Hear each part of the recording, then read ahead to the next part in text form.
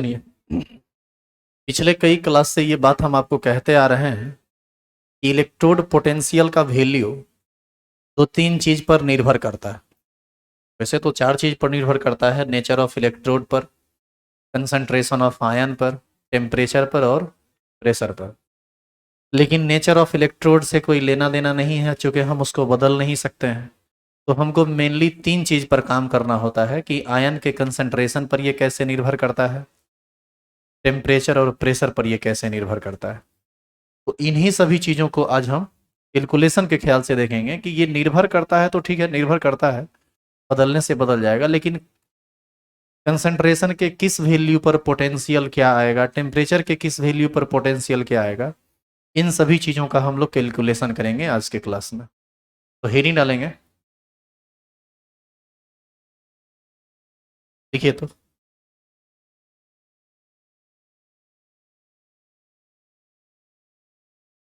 Dependence of electrode potential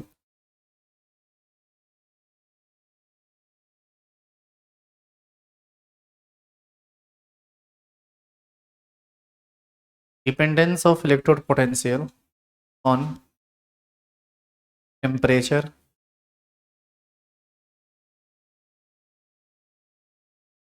pressure and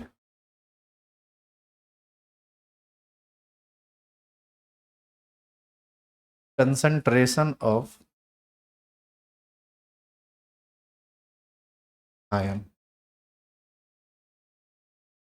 हम अभी देखने वाले हैं इलेक्ट्रोड पोटेंशियल की निर्भरता किन किन चीज़ों पर, आयन के कंसंट्रेशन पर, टेम्परेचर पर और प्रेशर पर। इसके बारे में सबसे पहले एक साइंटिस्ट, नर्स नाम है इनका, इन्होंने बताया। और इस चीज़ को इन्होंने अपने एक इक्वेशन, अपने एक एक्सपेरिमेंटल इक्वेशन से बताया। तो इसके अंदर आप एक सब टॉपिक हेडिंग डालेंगे, फर्स्ट इक्वेशन। इस चैप्टर के पोटेंशियल के कैलकुलेशन के रिगार्डिंग यह बहुत ही इंपॉर्टेंट इक्वेशन, तो अभी भी यह लगा देना इसको आपको बहुत अच्छे से समझिए, नहीं तो दिक्कत होगा।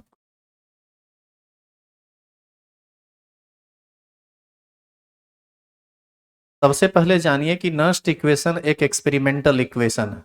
और एक्सपेरिमेंटल इक्वेशन के बारे में आपको बताया जा चुका है कि एक्सपेरिमेंटल इक्वेशन एक ऐसा इक्वेशन होता है जिसको आप कॉपी कलम पर प्रूफ नहीं कर सकते हैं। आप सिर्फ इक्वेशन देखेंगे, इक्वेशन में आने वाले टर्म को समझेंगे। तो इसको प्रूफ कहाँ किया जा सकता है? लैब में। लैब में प्रूफ किया हुआ है ये, और तभी हमको पढ़ने के लिए आया है, ऐसे तो ये पढ़ने के लिए आता नहीं है। तो इसके बारे में, अच्छा, इसका यूज हम क्या करेंगे? हम यहाँ पर ये कह सकते हैं कि नर्स्ट इक्वेशन एक एक्सपेरिमेंटल इक्वेशन है जिसका यूज हम कहाँ करते हैं? Calculate for calculation of electrode potential, इसी या फिर सेल पोटेंशियल। इलेक्ट्रोड पोटेंशियल भी दो तरह का होता है, ऑक्सीडेशन पोटेंशियल, दूसरा रिडक्शन पोटेंशियल। तो नर्स्ट इक्वेशन का यूज हम लोग ऑक्सीडेशन पोटेंशियल के मेजरमेंट के लिए करेंगे, ऑक्सीडेशन रिडक्शन पोटेंशियल के मेजरमेंट के लिए करेंगे, ऑक्सीडेशन पोटेंशियल के मेजरमेंट के लिए करेंगे और सेल पोटेंशियल के मेजरमेंट के लिए करेंगे। नीचे एरो दीजिए और लिखिए तो, लिखेंगे Nernst equation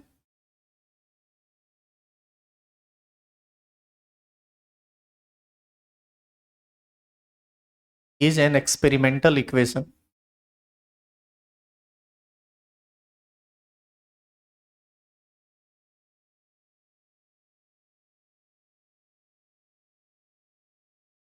which is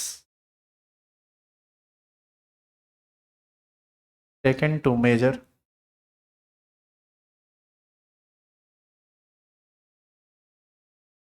oxidation potential,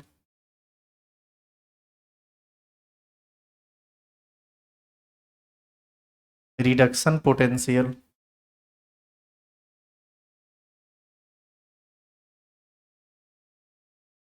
and tail potential।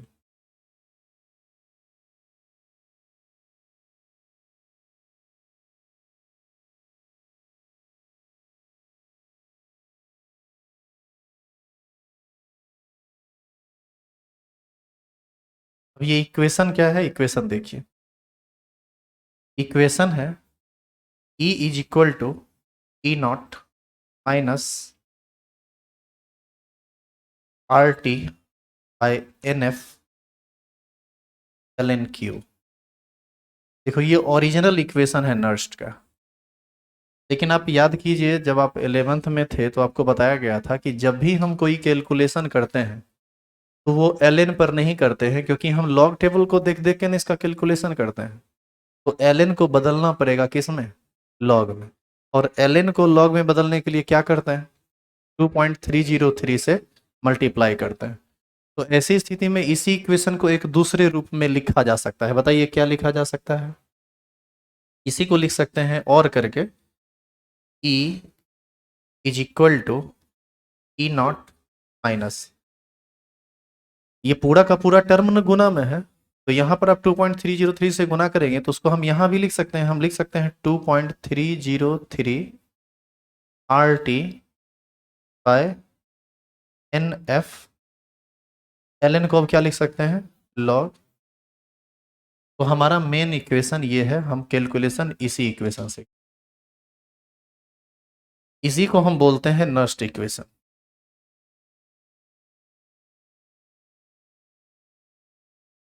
अब इस इक्वेशन में आने वाले कई डिफरेंट टर्म्स हैं, इस सारे टर्म्स को हमको समझना पड़ेगा, वो भी यूनिट के साथ बहुत ढंग से।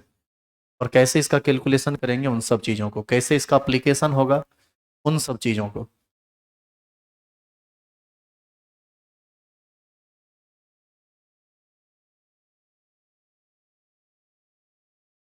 यहाँ तक पहुँचिए तो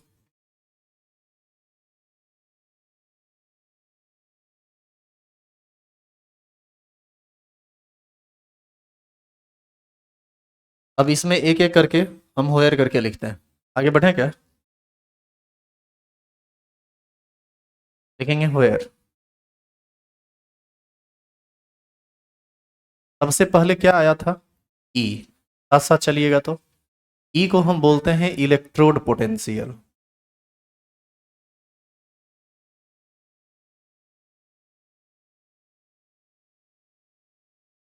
दूसरा क्या था, ई नॉट, ये तो आप समझ गए होंगे। बताइए क्या है ये, स्टैंडर्ड इलेक्ट्रोड पोटेंशियल।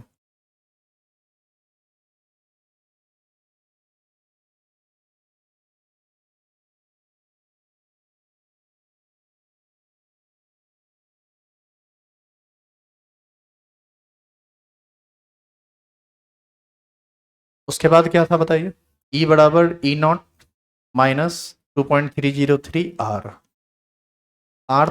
आर है गैस कांस्टेंट, और ध्यान रहे इस इक्वेशन में आर का वैल्यू आप हमेशा लेंगे 8.31, ये होता है जूल पर मोल पर केल्विन। और ऐसा इसलिए क्योंकि पोटेंशियल आपको हमेशा वोल्ट में रहेगा, तो पोटेंशियल जब वोल्ट में रहेगा तो आर का वैल्यू किस में रहेगा, जूल में।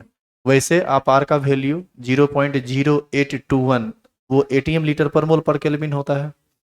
आर का वैल्यू 2 कैलोरी पर मोल पर केल्विन होता है, लेकिन कैलोरी वाला भी नहीं लेना है, एटीएम लीटर वाला भी नहीं लेना है, किस में लेना है, जूल में। और ये वैल्यू होता है 8.31 इन जूल पर मोल पर केल्विन।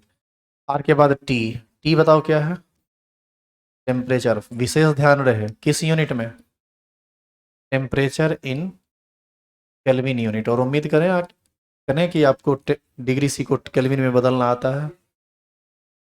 किसी भी डिग्री सी को यदि केल्विन में बदलना हो तो 273 ऐड कर देते हैं, बस इतना ही ना करना होता है। R T by N F, N क्या है, एन है नंबर ऑफ लॉस और गेन ऑफ इलेक्ट्रॉन। आप देख रहे थे जब भी रिएक्शन होता था तो कोई चीज़ या तो इलेक्ट्रॉन लेता था या कोई चीज़ देता था, या दोनों काम होता था। तो ये जो एन है ये है नंबर ऑफ लॉस और गेन ऑफ इलेक्ट्रॉन। साथ साथ लिखते जाइएगा, बाद में हम रुकेंगे नहीं, इस स्लाइड को चेंज कर देंगे। एन के बाद है एफ, ये कैपिटल एफ है। आप अभी इसको नहीं समझ पाएंगे कि ये एफ क्या है, बस नाम जान लीजिए। इसको हम बोलते हैं फैराडे कांस्टेंट, और फैराडे कांस्टेंट का वैल्यू होता है 96,500 कूलम पर मोल। शायद फिजिक्स में आप पढ़े हो फैराडे कांस्टेंट। 1 मोल इलेक्ट्रॉन का जो टोटल चार्ज होता है उसी को कहा जाता है फैराडे कांस्टेंट, उसी को 1 फैराडे कहते हैं। उसी को जब आप कूलाम में बदलते हैं तो ये 96,500 कूलाम होता है। इन सब बातों पर हम काम करेंगे फैराडे लॉ ऑफ इलेक्ट्रोलाइसिस में, जो हमारा आगे का टॉपिक है। जब आप इलेक्ट्रोलाइटिक सेल पढ़ेंगे तो ये सब चीज़ थोड़ा डिटेल में आएगा। अभी आपको वो सब हम बताएंगे तो हम अपने मेन टॉपिक से भटक जाएंगे। इसीलिए आप अभी सिर्फ लिख लीजिए, एफ है फैराडेज कांस्टेंट, का वैल्यू होता है 96,000। ये वैल्यू का आपको जरूरत पड़ेगा, 96,500 कूलम पर मोल। ये भी लगभग होता है, एग्जैक्ट नहीं होता है। एग्जैक्ट होता है 96,400 समथिंग। और क्या बचा? क्यू। क्यू एक लंबा चौड़ा टर्म है, इसको आपको फिर लिख तो हम जरूर देंगे, लेकिन आपको बाद में समझना पड़ेगा इसको। ये है रिएक्शन कॉसेंट। वैसे सभी लोग जो 11th में केमिकल इक्विलिब्रियम पढ़े हैं, केमिकल इक्विलिब्रियम, आप याद कीजिए उसमें रिएक्शन कोसेंट नाम का एक चीज आया था। ए सी क्यू सी कंपेरिजन करते थे, बराबर होता था तो रिएक्शन इक्विलिब्रियम पर आता था। क्यू सी और के सी में कोई बड़ा और छोटा होता था तो एक स्थिति में रिएक्शन फॉरवर्ड डायरेक्शन में मूव करता था और एक स्थिति में बैकवर्ड डायरेक्शन में। यह है रिएक्शन कोसेंट। लेकिन वैसे लोग जो 11th पढ़े नहीं हैं, अब उनके लिए हम थोड़ा बता दें, या जो पढ़े भी हैं उनको याद दिला दें क्यू क्या है। अब हम थोड़ा सा काम करेंगे क्यू पर। वैसे तो सारा बात लिख दिया गया है, लेकिन फिर भी थोड़ा काम हम करेंगे क्यू पर, क्योंकि वो एक जरूरी चीज। लिखिए, तो यहां तक हो गया क्या? अब हम क्यू का एक्सप्रेशन आपको बताते हैं। एक्चुअल में क्यू जो है ना, ये आयन के कंसंट्रेशन से संबंधित बात है। सबसे पहली बात ये जान लीजिए। जैसे यदि हम एक पहला एग्जाम्पल लिखें रिडक्शन का, Cu2+ 2 इलेक्ट्रॉन को गेन करता है और कन्वर्ट करता है किसमें? Cu सॉलिड में। तो आप बताइए, तो इस रिएक्शन के लिए n का वैल्यू कितना होगा? n का वैल्यू 2 होगा। कितना इलेक्ट्रॉन गेन हो रहा है? तो n का वैल्यू, तो रिएक्शन n का वैल्यू कभी नहीं देगा, वो रिएक्शन देख के आपको खुद पता करना पड़ेगा। जैसे यहाँ पर n का वैल्यू कितना आया? 2। जैसे सिल्वर 1 इलेक्ट्रॉन गेन करता है, तो सिल्वर के लिए जैसे Ag+ 1 इलेक्ट्रॉन गेन करके सिल्वर में कन्वर्ट करता है, तो उसके लिए n का वैल्यू क्या होगा? 1। तो यहाँ n का वैल्यू 2 आया। हमको n के वैल्यू से मतलब नहीं है, ये तो सिंपल चीज है। ये q को समझते हैं। q जो होता है ना, ये कंसंट्रेशन का रेशियो होता है। प्रोडक्ट का कंसंट्रेशन हमको रखना होता है ऊपर, और रिएक्टेंट का कंसंट्रेशन हमको रखना होता है नीचे। और यदि उसमें कॉफिशिएंट लगा हुआ है तो वो कंसंट्रेशन का पावर बन जाता है। और इसमें एक और विशेष बात ध्यान रखनी होती है कि किसी सॉलिड रिएक्टेंट प्रोडक्ट को यहाँ कंसीडर नहीं किया जाता है। उसके लिए आप याद कीजिए 1 ले लिया करते थे। सॉलिड सब्सटेंस के लिए कंसंट्रेशन को 1 माना करते थे, क्योंकि उसके अमाउंट के बदलने से कंसंट्रेशन चेंज नहीं होता है। तो वैसी स्थिति में ये सॉलिड है, प्रोडक्ट इस साइड है, रिएक्टेंट उस साइड है। प्रोडक्ट को ऊपर रखेंगे, रिएक्टेंट को नीचे रखेंगे। तो ऐसी स्थिति में ये सॉलिड है तो हम लिखेंगे 1/, कंसंट्रेशन ऑफ क्या लिखेंगे यहाँ? Cu++। इलेक्ट्रॉन के लिए भी हम कंसंट्रेशन का बात नहीं करते हैं। तो यदि रिएक्शन ये है तो क्यू ही ये है। आई बात समझ में? अब क्वेश्चन में बताइए, कोई इलेक्ट्रोड कॉपर इलेक्ट्रोड बनाएगा तो उसमें जो Cu++ का आयन डालेगा तो उसका कुछ ना कुछ कंसंट्रेशन होगा। जैसे 10⁻⁻² या 10⁻³ क्वेश्चन में कुछ ना कुछ तो कंसंट्रेशन देगा ना जी आयन का। तो आयन का कंसंट्रेशन हम यहाँ पर रखेंगे तो क्यू का मान अपने आप निकल जाएगा, उस डाटा में डाल देंगे। जब हम काम करेंगे तो वहाँ पर और बेहतर समझ में आएगा। आगे देखिए अगला एग्जाम्पल। यदि हम जिंक की बात करें तो Zn सॉलिड होता है। ये कन्वर्ट करता है किसमें? Zn++ में और 2 इलेक्ट्रॉन में। बताइए आप, ई का वैल्यू, एन का वैल्यू, एन का वैल्यू 2 होगा। और यदि हम क्यू का एक्सप्रेशन लिखें तो क्या लिखेंगे बताओ? प्रोडक्ट आयन जो है प्रोडक्ट की तरफ उसका कंसंट्रेशन ऊपर, और जो रिएक्टेंट की तरफ है उसका नीचे। तो ये हो जाएगा कंसंट्रेशन ऑफ Zn2+ बटा, इलेक्ट्रॉन का होता नहीं है, ये तो बेचारा सॉलिड है, तो इसके लिए हम लोग क्या लिखेंगे? 1। यानी इस केस में Q जो है वह कंसंट्रेशन ऑफ Zn++ के बराबर है। क्लियर है यहाँ तक? अब इसको उतारिए तो। अभी आप 2 हाफ रिएक्शन के लिए देखें, अब हम आपको बताते हैं एक फुल रिएक्शन के लिए।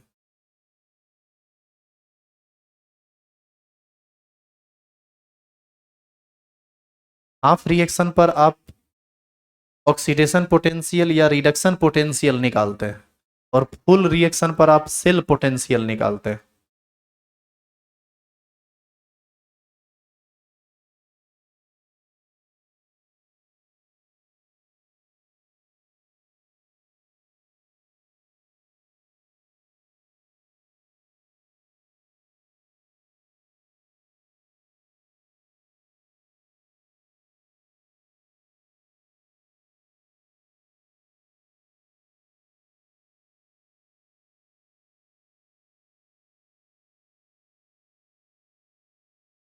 चेंज करें इसको।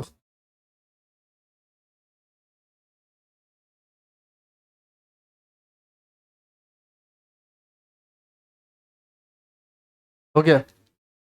अब एक फुल रिएक्शन देखिए, उस पर हम क्यू का एक्सप्रेशन कैसे लिखते हैं। अब जैसे हम लिखें जेड सॉलिड, आप याद करो रेडॉक्स रिएक्शन में ये बात हुई है पहले। टीयू प्लस प्लस के साथ रिएक्शन करके क्या बनाता था, Z plus plus plus TU solid. जरा पहले आप ये बताइए कि यहाँ पर एन का वैल्यू कितना है। एन का वैल्यू 2 होगा।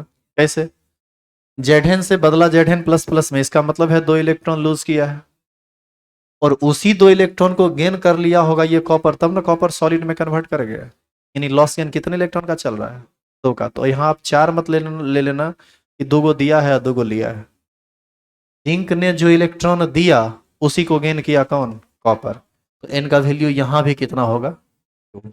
लेकिन यदि हम यहाँ पर क्यू की बात करें तो क्यू के लिए प्रोडक्ट का आयन ऊपर और रिएक्टेंट का आयन नीचे। तो यहाँ पर concentration of Z plus plus, ये तो सॉलिड है उसको छोड़ देंगे, गुना में एक लिखे ना लिखे फर्क नहीं पड़ता है। अब बटा में कितना, concentration of TU plus plus. यदि बैलेंस करने के दौरान यहाँ पर कॉफिशिएंट 2 आता यदि, तो यहाँ पर पावर क्या हो जाता, यदि यहाँ पर प्रोडक्ट में 2 गो आयन होता तो हम लिखते concentration of Z plus plus, और आगे मान लो सी यू प्लस प्लस रहता तो हम लिखते into concentration of you plus plus. ये सब आप याद कीजिए, लॉ ऑफ मास एक्शन से रिलेटेड बात है जो आप केमिकल इक्विलिब्रियम में पढ़े हैं।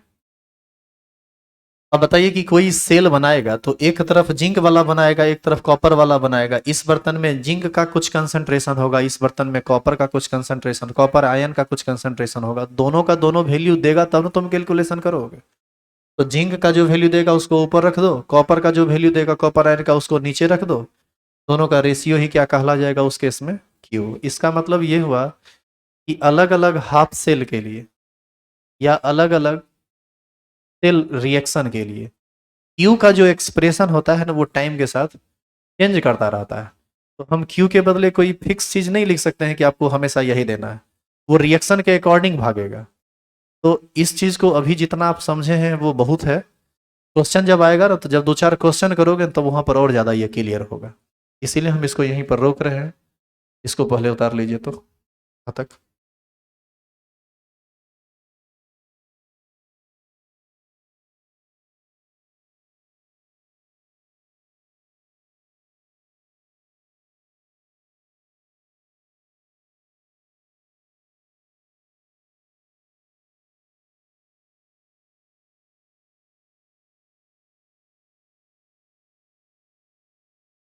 अब सुनिए,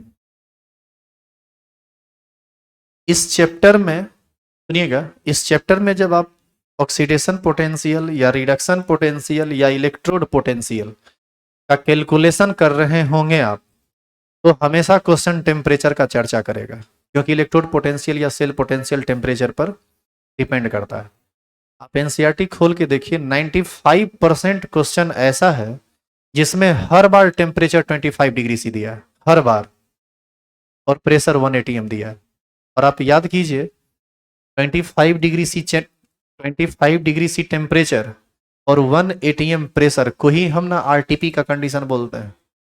तो ये सेल का जो पोटेंशियल है वो आपको जनरली देता है आरटीपी पर निकालने के लिए। तो हम एक काम करते हैं, इस इक्वेशन को थोड़ा और हल्का कर लेते हैं ताकि हर एक क्वेश्चन पर आपको बहुत ज़्यादा गुना भाग करना ना पड़े। देखिए हम क्या कर रहे हैं, लिखते जाइए तो साथ साथ।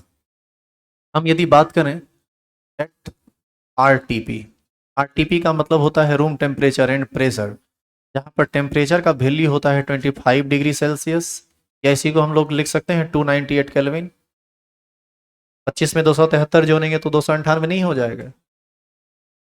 और यहाँ पर प्रेशर कितना एटीएम होता है? 1 एटीएम। बताइए अभी जो आप इक्वेशन पढ़े थे वो क्या था? E is equal to E naught minus 2.303 R T by N F log U. हम जैसे ही टेम्परेचर कह दिए हैं 25 डिग्री सी, तो बताइए वैसे ही टेम्परेचर फिक्स हो गया, हाँ या ना? आर तो ऑलरेडी पहले से कांस्टेंट है, आर का वैल्यू तो फिक्स है 8.31। एफ का वैल्यू, एफ क्या है? फैराडे कांस्टेंट, इसका वैल्यू भी फिक्स है। तो जब आर फिक्स हो गया, एफ फिक्स, आर फिक्स था, एफ फिक्स था, टी फिक्स हो गया, तो एक काम करते हैं इसका कैलकुलेशन। अच्छा ये नंबर तो पहले से फिक्स है, तो हम क्या करते हैं इस संख्या को निकाल लेते हैं यहाँ से। देखिए किसको, तो जो फिक्स हो गया उसको, इतना को बाहर करके आप थोड़ा लिख के इसका गुना भाग करके फिर इस इक्वेशन में पुट कर देंगे। देखिएगा इधर, देखिए अभी अभी हम यहाँ क्या लिख सकते हैं बताओ तो? 2.303 आर टी बाय एफ, इसी को हम निकालें। तो इसके बदले में हम लिख सकते हैं 2.303 इंटू 8.31 इंटू इंटू कितना? 298 केल्विन में टेम्परेचर रखना है आपको, तो ये हो जाएगा 298 बटा कितना? 91,500। जब आप इसको गुना भाग करेंगे, हम थोड़ा तेजी में कर लिए क्योंकि तुमसे तेज न है हम, ये वैल्यू आएगा 0.0591, एग्जैक्ट यही वैल्यू आएगा। अब बताइए कि इतना सारा जो गुना भाग होगा हर क्वेश्चन में इस इक्वेशन का यूज होगा, और हर बार टेम्परेचर यदि 25 डिग्री सी लिख दे, तब तो हर बार ना तुमको इतना इतना गुना करके इतना से भाग देना पड़ेगा। तो क्यों ना फॉर्मूला को ही हम चेंज कर दें उस पर ले जाके। तो ऐसी स्थिति में बताइए इस पूरे का मान कितना के बराबर हो गया? 0.059 के बराबर। लेकिन कब? जब टेम्परेचर 25 डिग्री सी लें तब। तो बताइए इक्वेशन में क्या परिवर्तन आएगा? इक्वेशन में लिख सकते हैं हम लोग E is equal to E naught minus 0.0591। N तो छूट गया था ना बट्टा में, तो एन लॉग। अब आप देखिए कि कितना छोटा इक्वेशन हो गया, लेकिन फिर भी आप इसको हल्का में नहीं लेंगे। ध्यान रहे ये इक्वेशन कब वैलिड है? Only valid at 25 degree C temperature. आई बात समझ में? और सुनिए, इसका जो ओरिजिनल इक्वेशन था उसको भी यहीं पर हम लिख देते हैं। ई बराबर, मान लीजिए कि टेम्परेचर 25 डिग्री सी नहीं देके कुछ और दे दिया, तो क्या फर्क पड़ता है? जो दिया, जो पहले से था हम उस पर चले जाएंगे, तब हमको कैलकुलेशन थोड़ा ज़्यादा करना पड़ेगा। क्या था वो? Minus 2.303 R T by N F log Q.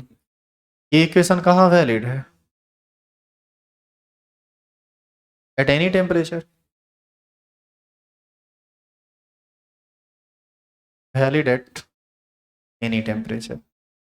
तो यहाँ गौर करने वाली बात यह है कि हमने आपको कहा कि 95% क्वेश्चन 25 डिग्री सी पर देता है। आपको कहेगा calculate electrode potential of the following half cell reaction at RTP और एट 25 डिग्री सी। तो ऐसा जैसे ही कह दिया वैसे ही फिक्स हो गया कि हम इस इक्वेशन का यूज आसानी से कर सकते हैं।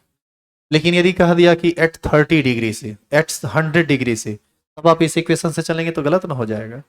अब एक और बात ध्यान से सुन लीजिए, क्वेश्चन में यदि टेम्परेचर का चर्चा ना किया गया हो तो भी हम समझेंगे कि वो टेम्परेचर क्या है? आरटीपी। ये एक इंपॉर्टेंट बात है। यहाँ पर क्या होता है ना कि ऐसा लगने लगता है कि डाटा इनसफिशियंट है। डाटा इनसफिशियंट नहीं होता है, हमारा सिलेबस आरटीपी के इर्द गिर्द है। और ये बात हम तुमको समझाएंगे तो समझ में आएगा, बुक में तो कहीं लिखा हुआ नहीं मिलेगा। तो क्वेश्चन यही यही इसी सब जगह पर टीचर का थोड़ा और ज़्यादा रोल हो जाता है। तो ऐसे जगह पर जहाँ टेम्परेचर दिया ही नहीं, वहां पर आप अपने मन से 25 डिग्री सी टेम्परेचर मान लेंगे। क्लियर है ये? करेंगे, चेंज कर दो।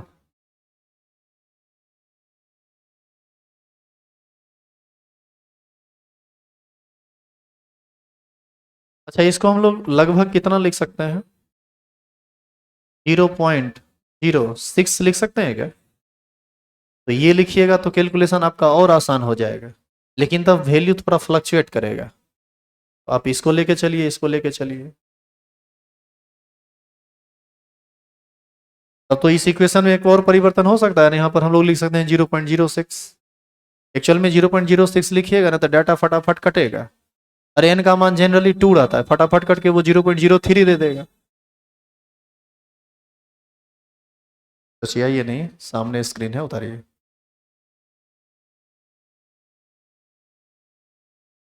अंत में परेशान हो जाता है।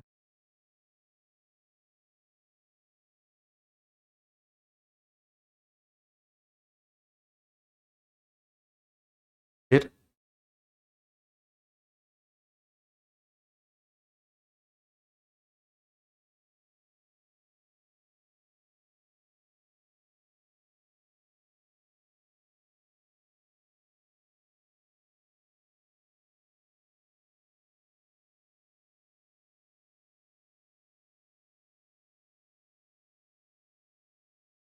बढ़िया, आगे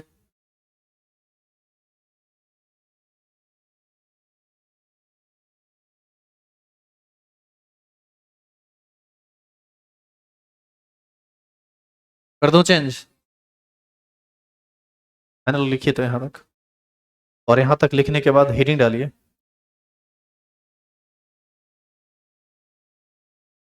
यूज ऑफ नर्स्ट इक्वेशन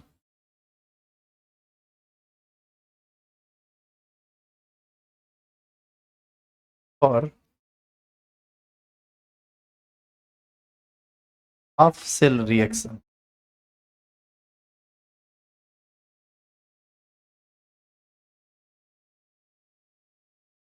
अब हम लोग हाफ सेल रिएक्शन के लिए नर्स्ट इक्वेशन का यूज करना सीखेंगे। अभी आप सीख रहे थे कि नर्स्ट इक्वेशन क्या है, अब आप सीखेंगे कि उसका यूज कैसे किया जाता है।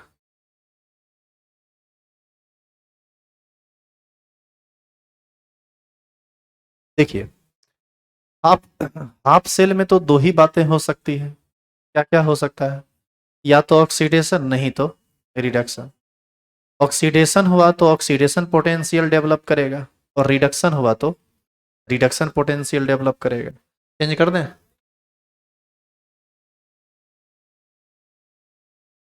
तो सबसे पहले हम लोग देखते हैं फॉर रिडक्शन हाफ, फिर देखेंगे ऑक्सीडेशन हाफ, एक एक करके। और फिर इसका यूज हम करेंगे फुल सेल पर। तब हम कैलकुलेट करेंगे सेल पोटेंशियल। तभी आप हाफ सेल वाला पहले निकालना सीख लीजिए, फिर फुल सेल वाला देखेंगे। अच्छा, एक और चीज, यहाँ जो शुरू में आप लिखे थे, ये ई जो है वो इलेक्ट्रोड पोटेंशियल है, और ई नॉट क्या है? Standard electrode potential. तो दोनों में अंतर क्या है? स्टैंडर्ड कंडीशन पर का जो पोटेंशियल होगा वो ई नॉट कहलाएगा, और स्टैंडर्ड कंडीशन को छोड़ के अन्य किसी भी कंडीशन पर हम पोटेंशियल का मेजरमेंट करते हैं तो वो क्या कहलाएगा? ई। तो आपसे जब क्वेश्चन पूछेगा तो आप थोड़ा गौर कीजिएगा कि क्वेश्चन में क्या पूछा जा रहा है। आपको जनरली पूछा जाएगा इलेक्ट्रोड पोटेंशियल, क्योंकि स्टैंडर्ड इलेक्ट्रोड पोटेंशियल का वैल्यू एक्सपेरिमेंटल है, वो एक्सपेरिमेंट करने से पता चलता है, और उस वैल्यू को क्वेश्चन हमेशा आपको डायरेक्ट वे में या इनडायरेक्ट वे में क्वेश्चन आपको हमेशा देगा। आपको मेनली इसमें निकालना क्या होता है? Electrode potential. अब देखिए कैसे निकालना होता है। हो गया, यहाँ तक हुआ पूरा? लिखिएगा साथ साथ, अब लिखेंगे और रिडक्शन हाफ रिएक्शन, और reduction half reaction. Reduction half reaction के लिए यदि हम बात करते हैं तो सबसे पहले एक रिएक्शन लिखते हैं। देखो, Tu प्लस प्लस दो इलेक्ट्रॉन को गेन करेगा तो किस में कन्वर्ट करेगा? Tu सॉलिड में। एक बात बताइए, ये रिडक्शन हो रहा है या ऑक्सीडेशन हो रहा है? रिडक्शन हो रहा है। अब देखिएगा क्वेश्चन में क्या करेगा, यहाँ पर ब्रैकेट में लिख देगा 10⁻⁻²m। अब बताइए तो इसका मतलब क्या लिख दिया। मतलब ये लिखा कि हम एक कॉपर का इलेक्ट्रोड बनाए हैं और कॉपर आयन का जो उसके अंदर कंसंट्रेशन है वो कितना है, 10⁻⁻²m। यदि आप लिख पाए तो ठीक है, नहीं लिख पाए तो रहने दीजिए, वो मत लिखिए, हम बस ऐसे ही दिखा रहे थे, आप याद रखिएगा इसको। तो ये आपको हो सकता है कि दिया हुआ रहे। हम आगे इस चीज का चर्चा इसी में करेंगे। तो बताइए यहाँ पर रिडक्शन पोटेंशियल डेवलप करेगा। तो देखो वो जो इक्वेशन था E इज, अभी आप मत लिखो तो ये एक line, E is equal to E naught minus, देखो हम बार बार स्पेस छोड़ रहे हैं, एक्चुअल में यहाँ पर हम कुछ काम करने वाले हैं इसीलिए आपको बोले नहीं लिखने के लिए। 0.0591/n log Q, यही इक्वेशन है एट 25 डिग्री से। हम ऊपर टेम्परेचर का चर्चा नहीं किए, ये इक्वेशन लिख लिए तो आप समझ लीजिए कि हम 25 डिग्री सी पर काम कर रहे हैं। ई क्या है, इलेक्ट्रोड पोटेंशियल। यदि रिडक्शन हो रहा है तो यही रिडक्शन पोटेंशियल कहलाएगा। अब ई नॉट को भी क्या बोलेंगे, ई नॉट आर पी। तो बताइए दोनों में क्या अंतर है, ये हो गया रिडक्शन पोटेंशियल, ये हो गया स्टैंडर्ड रिडक्शन पोटेंशियल। आ गई बात समझ में। यदि ऑक्सीडेशन वाला रिएक्शन हो रहा होता तो इसको लिखते ओपी, ई ओपी, और इसको लिखते इनोटोपी। वो हमारा दूसरा केस होगा, अभी आप पहला केस पढ़ रहे हैं फॉर रिडक्शन हाफ रिएक्शन। ठीक है यहाँ तक, अब आप लिख लीजिए यहाँ तक।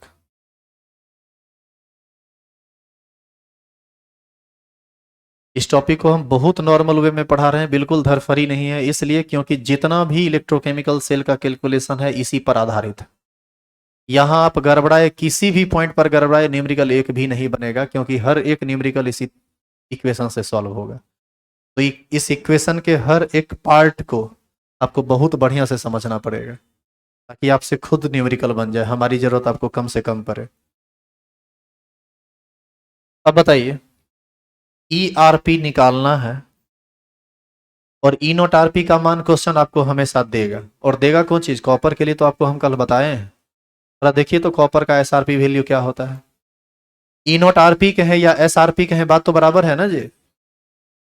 0.34 प्लस में है कि माइनस में है, प्लस में है। तो यहाँ पर ये वैल्यू हम रखते हैं 0.34 माइनस 0.0591। एन का वैल्यू हम 2 लिख दें, कैसे, 2 इलेक्ट्रॉन गेन हो रहा है, और लॉग क्यू के लिए एक्सप्रेशन चेंज करना पड़ेगा। सॉलिड है तो 1 लिखते हैं, अरे सॉलिड है तो 1 लिखे, और इधर आयन है रिएक्टेंट में तो कंसंट्रेशन ऑफ आयन लिखना पड़ेगा। तो कंसंट्रेशन ऑफ कौन सा आयन, कॉपर आयन। तो बताइए ये एक्सप्रेशन बनेगा। अब मान लो if concentration of C U plus plus, अभी थोड़ी देर पहले हम वहां लिखे भी थे, मान लो ये क्वेश्चन में दे दिया, ये कितना है 10⁻, ये मान लीजिए कि हम अपने मन से मान लिए कि इलेक्ट्रोड में सी यू प्लस प्लस का कंसंट्रेशन आपको दे दिया 10⁻²m। इसका मतलब है कि आपसे क्वेश्चन कह रहा है कि कॉपर आयन के 10⁻² कंसंट्रेशन पर आप उस इलेक्ट्रोड का इलेक्ट्रोड पोटेंशियल ज्ञात कीजिए। यही ना इसका मतलब हुआ। तो हम इसके जगह पर क्या रखेंगे, 10⁻², और फिर आगे हम कैलकुलेशन को बढ़ाएंगे। पूरा कीजिए यहाँ तक, पहले पूरा क्या कीजिए, इसके आगे आप खुद से कीजिए, तो ट्राई कीजिए, आपसे खुद से हो जाएगा।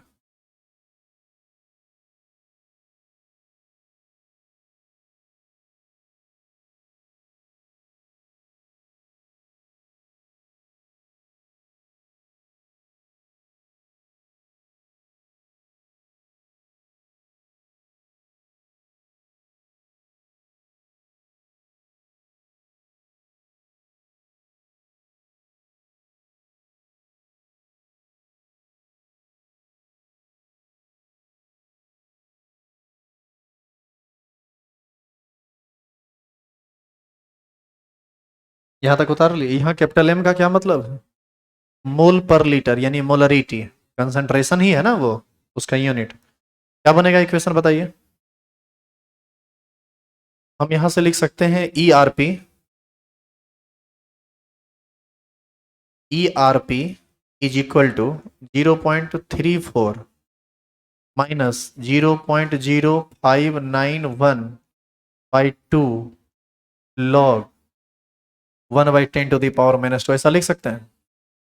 हम इसी को चाहें तो लिख सकते हैं 0.34 माइनस 0.0591/2। ये 10⁻²² को ऊपर लिखेंगे तो log 10⁻², होगा क्या?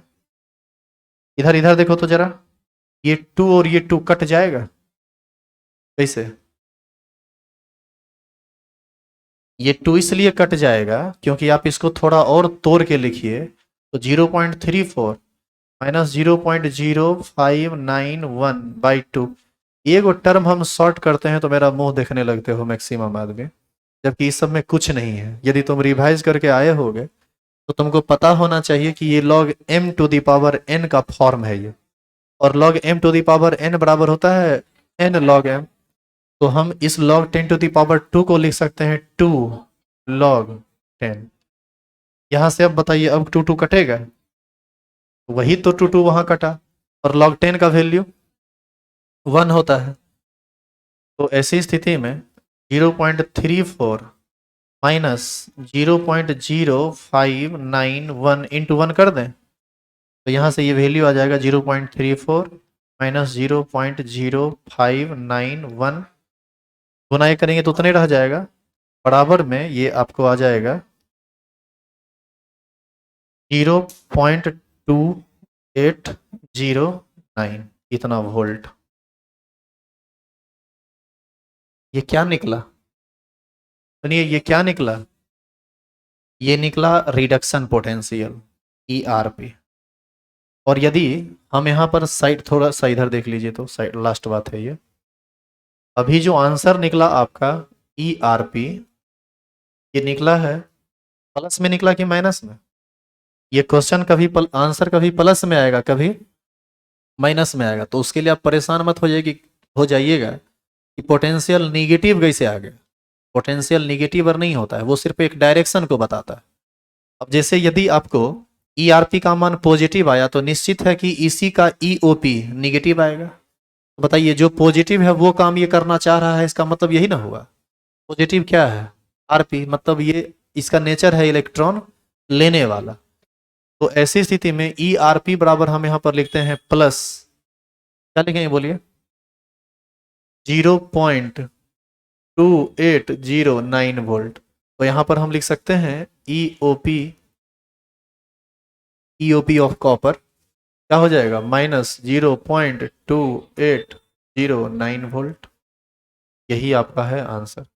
यहाँ से यह स्पष्ट तौर पर समझा जा सकता है कि यदि हम कॉपर के इलेक्ट्रोड में, सुनिएगा इधर इधर, यदि हम कॉपर के इलेक्ट्रोड में टेम्परेचर 25 डिग्री C रखें और कॉपर आयन का कंसंट्रेशन 10⁻⁻² m रखें, तो वैसी स्थिति में जो उस इलेक्ट्रोड पर इलेक्ट्रोड पोटेंशियल डेवलप होगा, यानी जिसको हम रिडक्शन पोटेंशियल कह रहे हैं, वो डेवलप होगा 0.2809 वोल्ट का। क्लियर है ये? अब जरा बताइए कि यदि आपसे इसी क्वेश्चन में कहता कि हम 10⁻⁻4 m पर चाहते हैं ज्ञात करें, यानी Cu++ का कंसंट्रेशन 10⁻⁻² नहीं दे के आपको दे देता 10⁻⁻4, तो आप क्या परिवर्तन करते इसमें? यहाँ 10⁻⁻4 कर देते, यहाँ 10⁻4 हो जाता, ये 2 log 10 हो जाता, इसमें 2 से मल्टीप्लाई होके घट जाता, तो कुछ ना कुछ आंसर आ जाता है। तो वैसी स्थिति में जरा देखिए इधर, जब आप 2 से मल्टीप्लाई करते इसको और तब उसको घटाते, तो आपको ऐसा नहीं लगता कि ये वैल्यू थोड़ा घट जाता? यहाँ से ये बात स्पष्ट तौर पर समझा जा सकता है कि Cu++ का कंसंट्रेशन पहले था 10⁻⁻2 m और बाद में हो गया 10⁻⁻4 m, तो ज़्यादा हो गया कि कम हो गया? कंसंट्रेशन कम हो गया। आपने देखा कि आयन का कंसंट्रेशन कम हुआ तो इसका RP वैल्यू घट गया। इसका मतलब है कि उसके आयन के कंसंट्रेशन के घटने से रिडक्शन पोटेंशियल घट गया। लेकिन यदि आप ऑक्सीडेशन पोटेंशियल की बात करेंगे तो वो तो बढ़ जाएगा ना, क्योंकि वैल्यू निगेटिव कर देगा ये। तो इससे संबंधित बहुत ज्यादा जटिल जटिल क्वेश्चन करता है, आपको घुमा घुमा के ऐसा ऐसा बात करके भूमिका बांधेगा और तब जाके एक फाइनल बात पूछेगा। तो वहां पर वैसे आदमी जो रट लेते हैं सारा सब्जेक्ट, खास करके लड़की लोग, आप लोग माहिर होते हैं रटने, नहीं? ठीक है, ये सब एक्सेप्शनल है, एक्सेप्शन है ये लोग, नहीं ठीक है। तो वैसे सभी लोग जो रटने में माहिर होते हैं थोड़ा सतर्क हो जाइए। यहाँ पर आप रट उठ के कुछ नहीं कर सकते हैं, आप हिल डोल नहीं पाइएगा रटने वाला यदि आदत होगा तो। आपको हर हाल में समझना पड़ेगा। समझ में आया कि रिडक्शन पोटेंशियल कैसे निकलता है। तो अभी आप इसका एक हल्का एग्जाम्पल देखे हैं, उम्मीद करते हैं आपको इसमें कहीं कोई दिक्कत नहीं रहा होगा। अब इसी में धीरे धीरे कुछ कुछ भारी एग्जाम्पल हम करेंगे जहां पर ऑटोमेटिक प्रॉब्लम क्रिएट हो जाता है। कल इसी का पीएच से संबंधित हम कुछ बात बताएंगे पोटेंशियल का, तो कल भी थ्योरी ही चलेगा। हाँ सुनिए इधर एक और बात, इस चैप्टर का जो न्यूमेरिकल का सेक्शन है, रेगुलर क्लास में एक दो न्यूमेरिकल हम करवा देंगे, और बाकी जितना न्यूमेरिकल है संडे को कोई टाइम दिया जाएगा, और संडे वाला जो टाइम हम देंगे वो इवनिंग वाला टाइम इस बार हम कभी देंगे, जो कि संडे को हम मॉर्निंग के टाइम में रहेंगे नहीं बेगूसराय में। इवनिंग के टाइम में मान लीजिए कि 6 बजे से या 7 बजे से टाइम देंगे, 7 बजे से लेकर 9-10 बजे तक लगातार चलेगा। ढेर सारा क्वेश्चन जितना होगा सब पर इस पर प्रैक्टिस करेंगे लाइव क्लास में। इनको आके बैठने का मन हो आ जाइएगा, जिनको घर पर आराम से पढ़ने का मन हो घर पर पढ़ लीजिएगा। समझ गए? हाँ रात में।